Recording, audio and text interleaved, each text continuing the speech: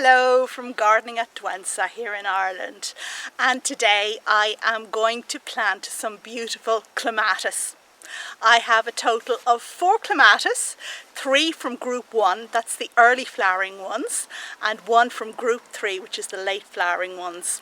And I am going to plant, oh goodness, I think 3 of them on this tree stump here, and hopefully have an amazing display starting next year. Okay, so let's plant some clematis.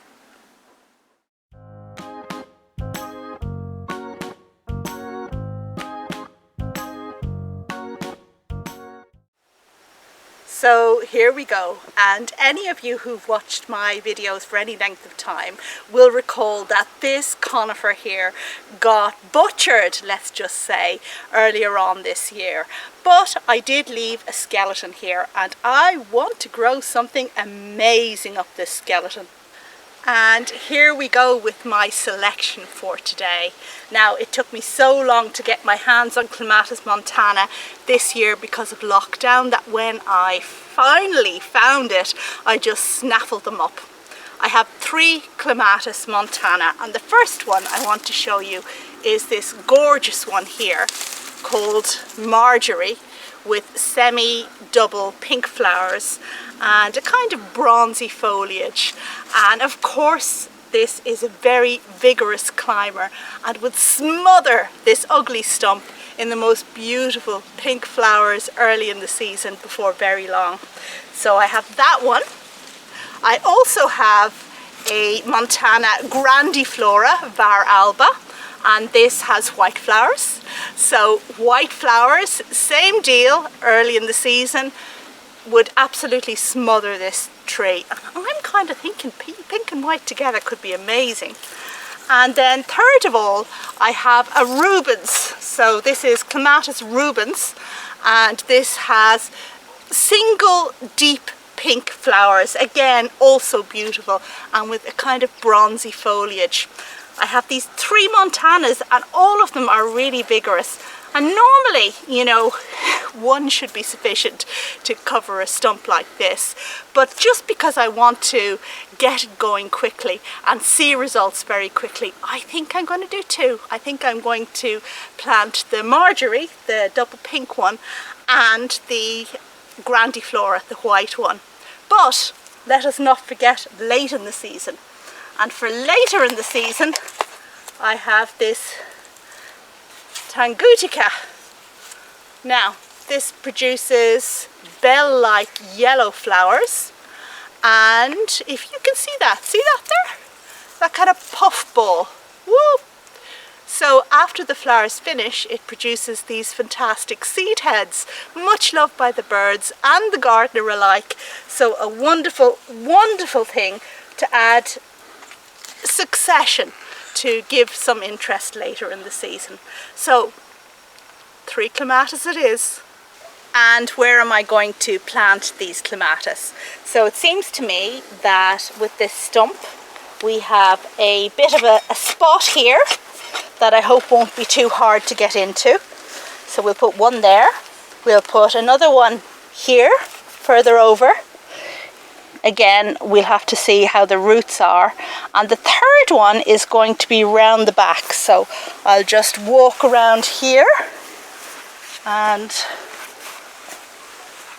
I notice this patch here of bare grass, and I hope to get the third one in here.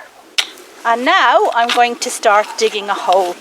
And with clematis, what you need to do is to bury them deep and to put lots of organic matter underneath, and that's to avoid the dreaded clematis wilt.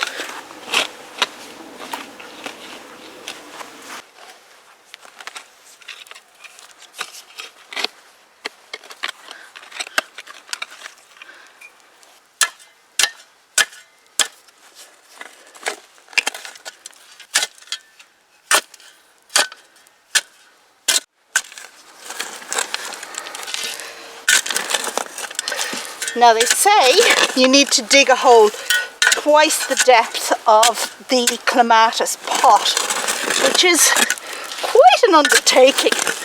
Although I'm not going to bury it that deep, but I'll show you in a minute. And of course there's a great big stone down here. I'm always so surprised. Oh. And one thing you will always find in my garden is lots and lots of stone. You find stone underneath something you're going to plant, you really have to get it out, otherwise the roots are just going to be not able to travel down. And now to plant the clematis. And what I need to do is plant it to a depth of about here. And I'm going to put some compost underneath just to bolster the hole.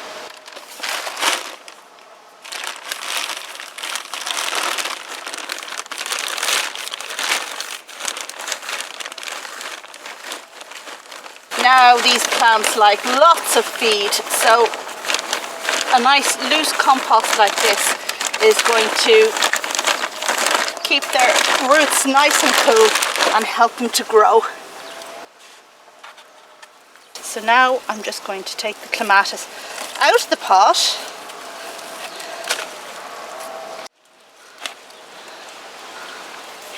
And we have a lovely, lovely root run, which is now getting lowered into the hole.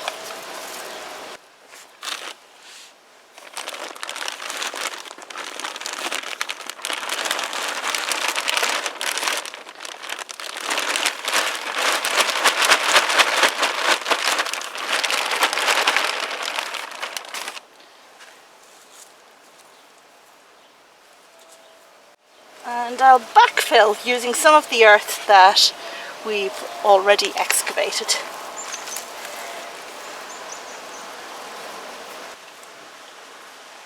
So this is the Montana, the white flowered Montana, and it's going to look amazing here at the back of the tree stump in spring with its mass of white flowers. For Montanas, which are group 1, when you plant them there's no need to cut them back. So all I'm going to do here is to remove the stake and the twine and kind of wrap the branches a little bit around the tree. Group 1 clematis flower early on in the season, around April or May, and the great thing about them is that they need minimal pruning, no pruning at all if you're happy with the size. If the plant gets too big for you, what you might do is to just trim it off after flowering to the size that you want it to be. Group 2 clematis, which are more ubiquitous, have bigger flowers and flower kind of mid-season, but they have a more finicky type of pruning. And group 3 clematis, which is the tanguitica that I'm planting today, flowers later on. They also have a really easy type of pruning, which means that in spring around February or March you're going to cut the plant back to the lowest set of buds, which is really, really easy. Now, because this is a group 1 clematis, there's no need to cut it back. We're just going to wrap these branches in some way around the tree, just separating them out so that we can see what we're doing. And I guess this one can go in here.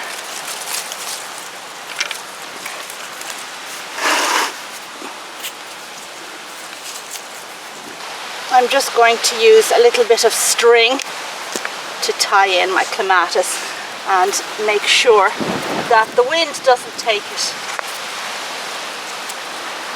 When training a clematis, it's very important to get it to grow lower down because the plant will tend to travel up, and if you don't train it in the beginning to cover the lower part of your trellis or your tree stump, then you're not going to be able to get it to do that at a later stage.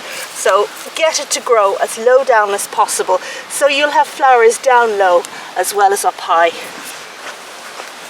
And of course, let's water this in really, really well. Always water everything in as much as you possibly can.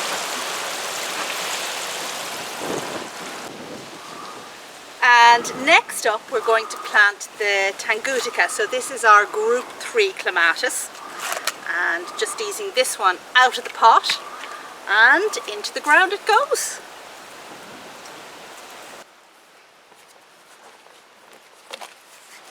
Now, because I'm planting group 1 and group 3 clematis, it's less important that I plant them deeply. With group 2, the clematis wilt is always a problem, so you need to plant those climbers good and deep, but with 1 and 3 it's not such an issue.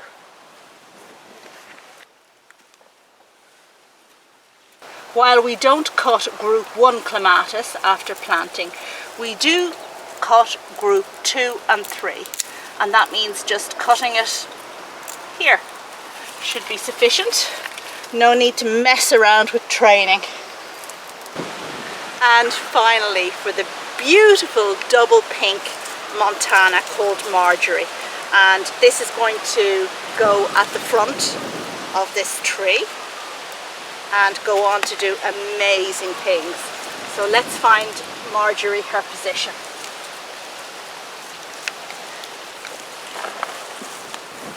She will, of course, need a fair amount of compost. And that should do it.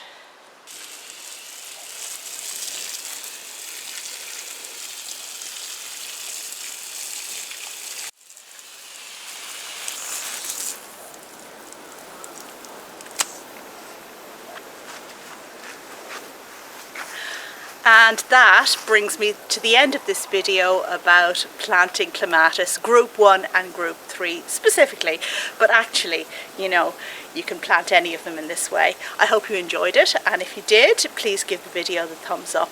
And if you're interested in more from Gardening at Douentza channel, perhaps you'll consider joining the channel as a member, and then you'd be eligible for various perks, including extra videos and seeds. Okay, thank you, and see you on the next video. Bye.